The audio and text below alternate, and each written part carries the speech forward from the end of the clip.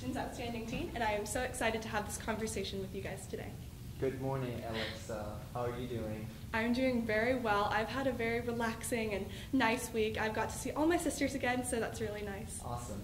Alexa, I realize your platform has a lot to do with homeless people, and volunteering, right? So how do you see that your platform can expand from on a statewide basis or on a national level?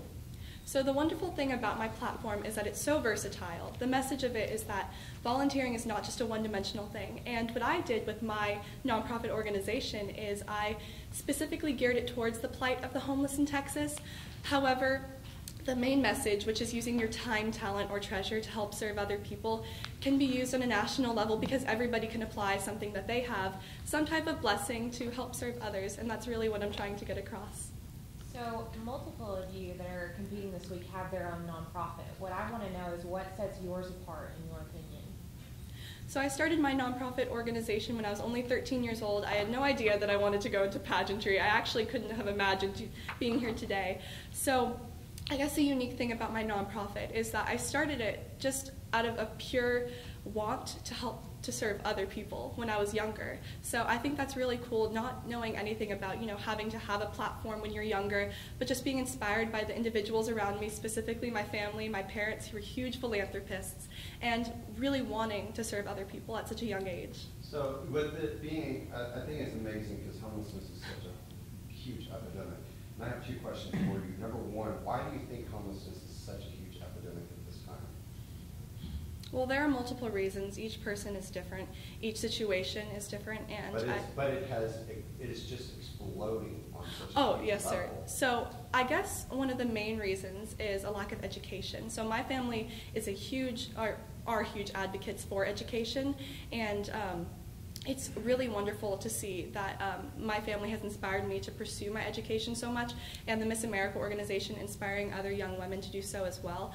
But a lack of education can really affect somebody and their future success. So I'd say that that's one of the main reasons. Okay, and then my other thing is because it is a Christian-based thing, and so how do you get someone who is a Muslim, someone who is a Buddhist or atheist, someone who doesn't believe the way that you believe, how do you get them involved in your project so that's inclusive?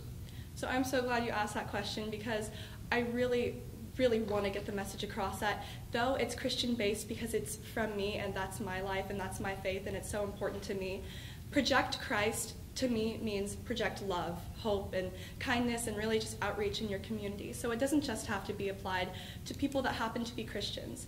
I want to get that message across to everybody who's interested in volunteering, who's interested in being a beacon of light in their community. So that's my main purpose for my nonprofit, not just Christianity, it's love, which everyone can relate to. Is there any situation that you walked into interacting with some of the homeless population that really just was surprising to you? One thing specifically, a story that I kind of have that really spoke to me was when I was volunteering at Church Under the Bridge, which is a local nonprofit organization, in San Antonio, because I used to live there. One woman told me that a man had all of his things collected and he had no belongings left. But when he came into their church or their community center, he had a blessing bag with him. And that was the rest of his belongings. He didn't have anything else. So knowing that I can give that little mustard seed of hope to that person, that story really inspired me, and it made me want to continue to go on with my nonprofit. And I absolutely love your blessing bag filled with gift cards for food and Thank other you. necessities. And it's for homeless, and it's really for anybody that's in need. But tell me, what blessing bag have you been blessed to receive? I mean, quote unquote blessing bag. Oh, wow.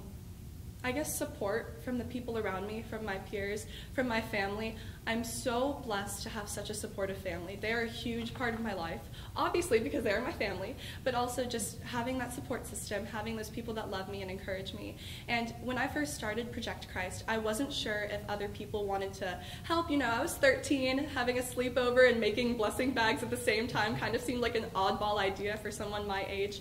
but my friends were so willing to come over and help me collect stuff. Even if they aren't Christian, they came over, they helped me make the blessing bags, and that has been a huge blessing to my life, my support system. Can you tell me how the role that you played in leading and organizing the Hurricane Harvey relief drive? What did you do? We called it the Project Christ Hurricane Harvey Relief Drive. Super long hashtag. It's all over my Facebook though. And we had different drop-off points where we collected different items and then donated them to the relief gang in Houston. And we drove up there and we helped the main organizer of the relief gang, Trey the Truth, who's a huge philanthropist in the Houston area, deliver those things to the people who were homeless in the Houston area. So I played a huge role just because I encouraged people in San Antonio to donate and to have the different drop-off points. And we amounted to about over $10,000 in in-kind donation alone. So that was crazy. That was awesome. Wonderful. Who's your biggest role model outside of your family that you look up to? Oh, wow. Okay, I was about to say my mom, but thank you for that. Jesus Christ, and I know that that's an answer that you guys may get just because, you know, he's a representation of love, but truthfully, he has acted so many times in my life, specifically with my family and different blessings that I've had. Like my little sister, she's a huge blessing in our life. She's adopted, and Jesus played a huge role in her story. So he's my #1 role model just because every single time he faced adversity, he overcame it, but using love, and that's my goal. That's who I want to be as a person, and hopefully I can display that to you all today. Do you think the American culture has moved away from faith? Unfortunately so. I do believe that is true.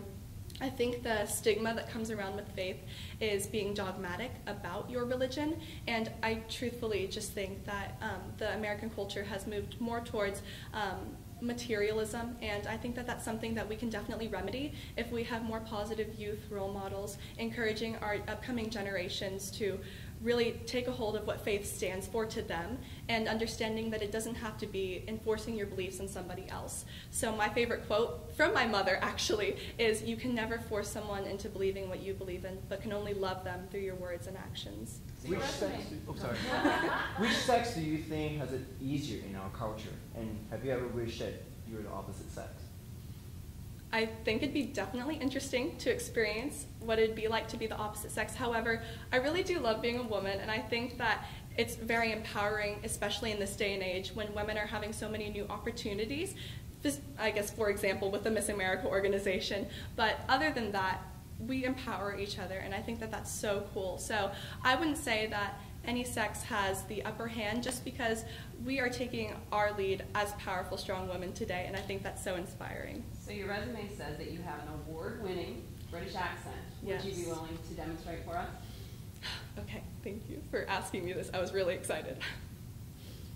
Is it okay that I'm running for Miss America's Outstanding Teen when I'm from Britain? I do have a question for you. Is that I love the. All right, thank you so much. Okay, thank you guys so much. I really appreciate it. I'll see y'all on stage.